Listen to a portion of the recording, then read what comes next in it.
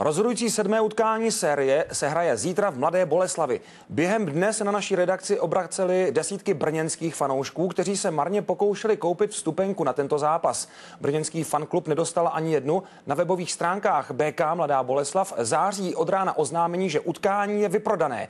Podle svědectví některých fanoušků však bylo ještě poté možno zakoupit vstupenku, ale údajně po předložení občanského průkazu. Odpoledne prozkoumal situaci v Mladé Boleslavi náš reportér. Už dnes dopoledne se na internetových stránkách hokejového klubu Mladé Boleslavy objevila informace, že sobotní rozhodující semifinálový duel s Brnem je vyprodán. Zároveň byla v tomto článku uvedena výzva, aby proto brněnští fanoušci nejezdili zbytečně do Mladé Boleslavy. Příznivcům Brna to ale bylo divné, protože předchozí utkání skončilo včera večer. Dneska ráno nám vedení klubu Mladé Boleslavy oznámilo, že prostě pro nás lístky žádný nebudou. Doteďka, když jsme tam byli na 3 předcházejících zápasech, tak vždycky pro fanklub bylo 200 lidí, 200 lístků, který jsme tady lidem vlastně na rezervace potom tam zajistili. Přímo na stadionu jsme ale zjistili, že vyprodáno sice je, ale vstupenky dnes k dostání byly a prodávat se budou i zítra. Nemáme lístky, tam to je napsáno, že to je vyprodaný, ale budou zítra na pokladně. Jo, zítra na pokladně. A dneska teda už se nedají sehnat vůbec. Protože ze sekretariátu to tam prodávali, už odešli domů a mě sem nic nedali. Pokoušeli jsme se získat i oficiální prohlášení od vedení mladoboleslavského klubu. Bylo nám ale řečeno, že předseda je nemocen a k celé situaci se vyjádří až zítra.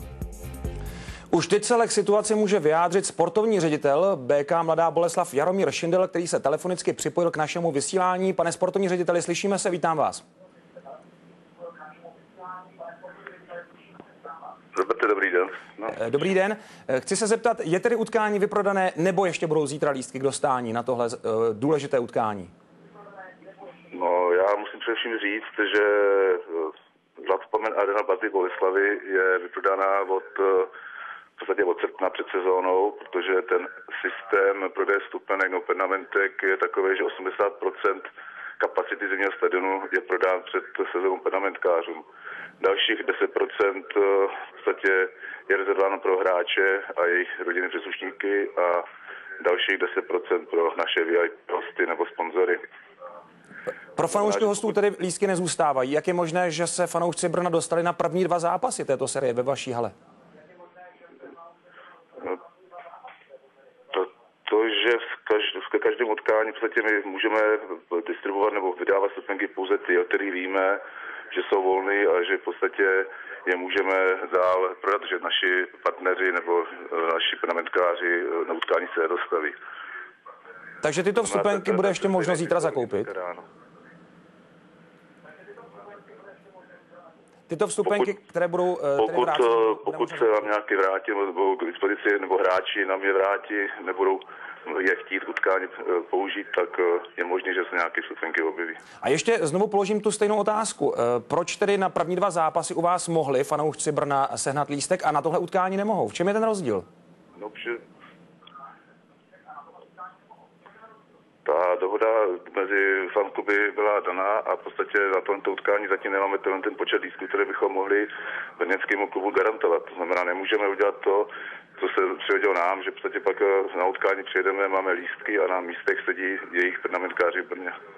A můžete vyloučit to, o čem mluvili někteří fanoušci, že dostávali dnes lístky, ale pouze poté, co předložili občanský průkaz nebo respektive své bydliště a nebylo tam uvedeno Brno nebo okolí? Já bohužel lístky neprodávám, takže vám to nemůžu ani potvrdit, ani vyvrátit, jestli tomu tak skutečně bylo. Každopádně jako samozřejmě ta kapacita toho zimního stadionu je taková, jaká je.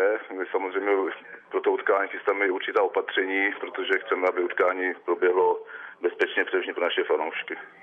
Děkuji vám za to, že jste se připojil k našemu pořadu a za vysvětlení i za váš čas. Díky a klidný průběh 7. utkání. Možná, že i kdyby tento mladý chomutovský hokejista nastoupil ke včerejšímu utkání, závěrečný výsledek